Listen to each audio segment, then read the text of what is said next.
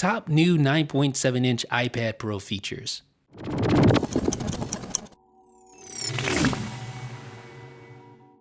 Improved display.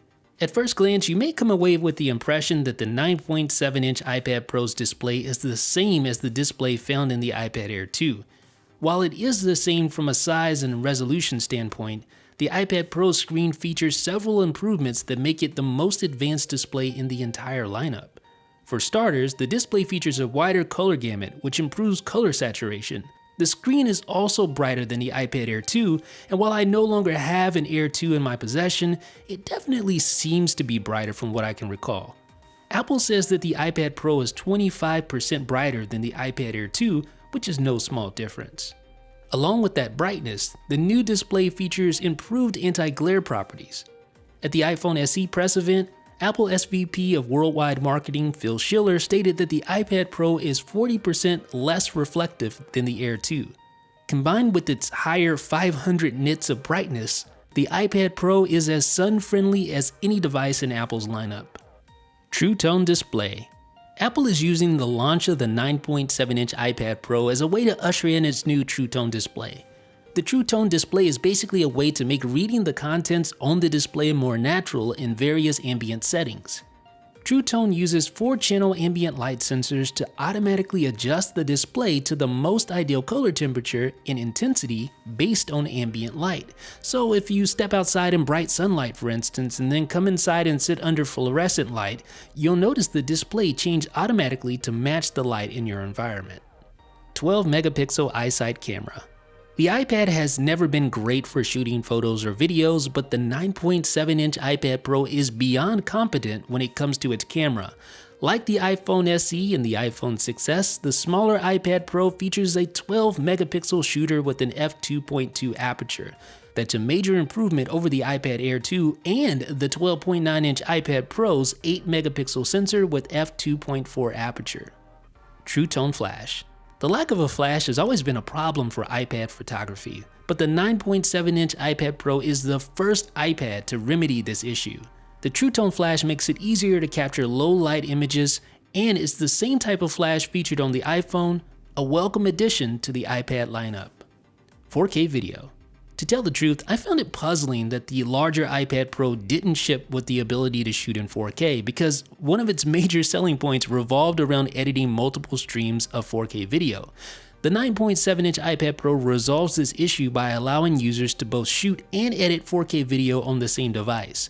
As I'll talk about a bit later, one of my major grievances with the smaller iPad Pro is the fact that it doesn't do USB 3 file transfers. If there's one positive spin though that you can put on such an oversight, it's that you may not need to transfer large 4K files to the device when it itself can shoot in 4K.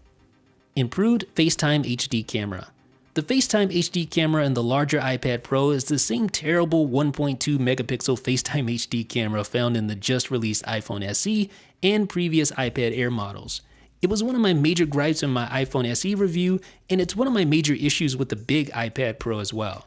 But I'm happy to say that the FaceTime HD camera in the smaller iPad Pro sports the same specs as the one in the iPhone 6s. That means you get a 5-megapixel shooter with a f2.2 aperture. The upgrade also packs in Apple's Retina flash technology for better low-light selfies. Rose Gold.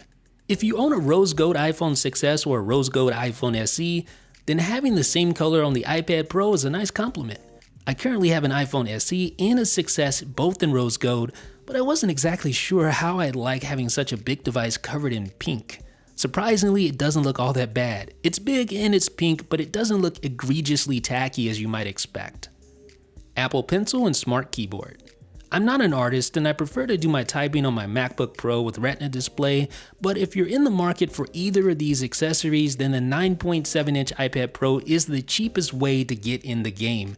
Both the Smart Keyboard, which has been redesigned to fit the Pro's smaller form factor, and the Apple Pencil can help increase productivity and artistry. Speed. The 9.7-inch iPad Pro features the same beastly A9X processor as its bigger brother. Now in my opinion, speed was never an issue with the iPad Air 2, but for some of the more intense apps and games, having more processing power can only be a good thing. Sound.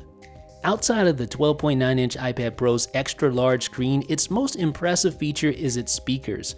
Both Pro tablets feature 4 speakers that automatically adjust for stereo sound as you reorient the screen. The speakers are so much louder and more impressive than the iPad Air 2 or any iPad or iPhone prior to the iPad Pro. The sound quality on the 9.7-inch iPad Pro is a major upgrade from that of the iPad Air 2, which makes it worth considering if audio is important to you. Untethered Hey Siri. For whatever reason, the ability to use Siri without being plugged into a power source is not possible on the larger iPad Pro.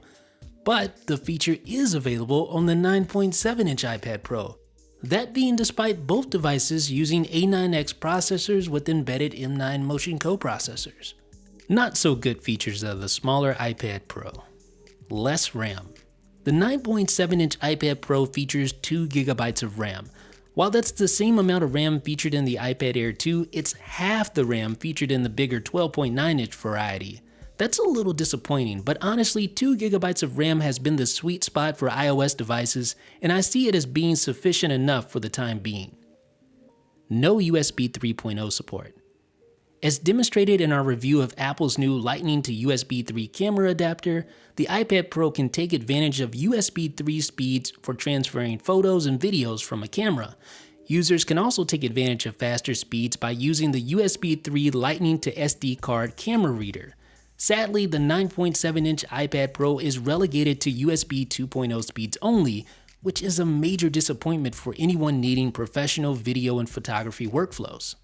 Camera bump.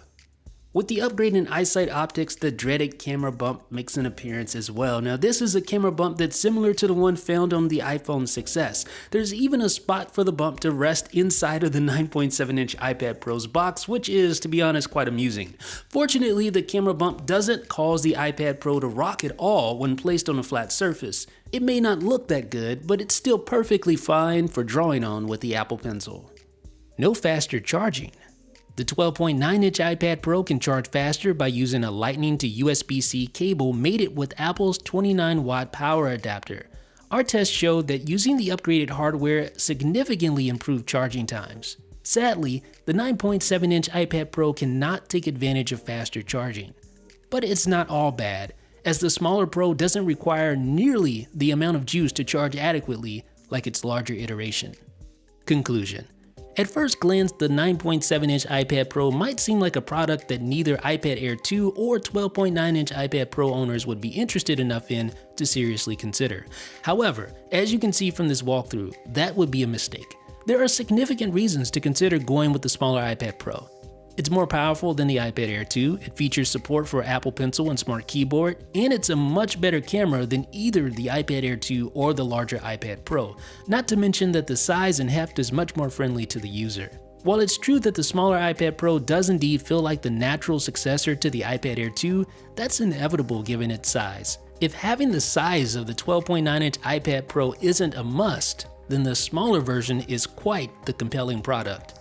Besides, being a so-called iPad Air 3 isn't necessarily a bad thing at all, as up until the Pro, the iPad Air 2 was still the tablet to beat. Thanks for watching, and be sure to like and subscribe for more videos like this. Let me know what you think in the comment section. This is Jeff with 9to5Mac.